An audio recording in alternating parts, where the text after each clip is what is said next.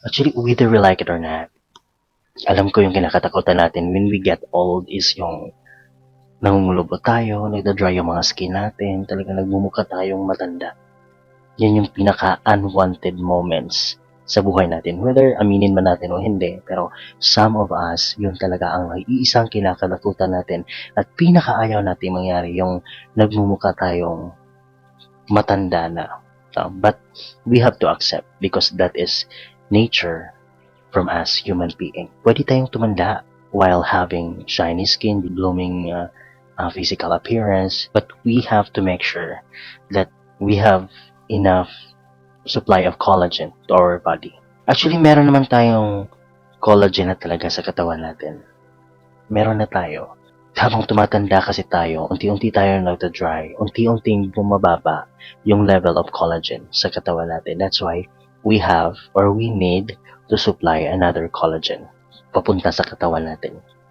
To make sure na yung balat natin, yung mga buto natin, yung mga tissues natin is still in good condition para hindi tayo mas mangulubot pa. But if you really accept na talagang ganyan ka na, mangungulubot ka na, pero mas maganda kasi yung meron kang ganun para din habang kahit matanda ka na, matibay ka pa rin. Diba? Matibay ka pa rin. That's why collagen is one of the most important thing na dapat meron ka sa katawan mo. And then the second one is yung Korean citron. So, Korean citron is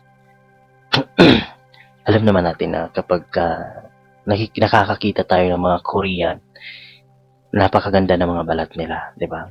So, lagi nating sinasabing, wow, sana Korean na lang ako. Kasi sobrang ganda ng mga balat nila. No? Sobrang ganda, sobrang ang babata ng mga faces nila kahit matanda na pala sila. But still, young na young pa rin yung mga facial nila. And then the third one is the moringa. No? Alam naman natin, yung moringa na iniinom, di ba, pwede yun sa diabetes, kahit anong mga internal problem. Pero dahil andito siya sa face and body oil na to, dito sa Bonita Himalayan Pink Salt, para siya sa mga skin disease. Most skin problem natin. Just like yung mga acne, pimples, mga dark spots, mga dry skin, etc. Maganda siya sa balat. So that's why we really need these three substances, which are the collagen, Korean citron, and the moringa. Kung gusto nyo i-try, no, I'm not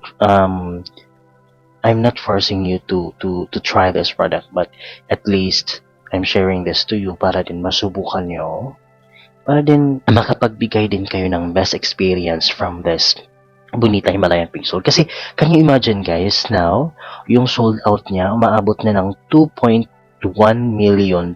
Can you imagine that? 2.1 million na ganito yung nabenta. So, ibig sabihin, mapapaano ka talaga, magiging curious ka talaga, bakit ba ang daming bumibili ng ganito?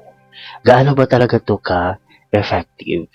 Kaya sino ba naman ang hindi maaano, 'di ba, na mag-try kasi nga gusto rin nilang maranasan kung bakit ganun karami yung na-sold out. So, kung gusto niyo rin guys, you can always check our comment section para matry niyo to.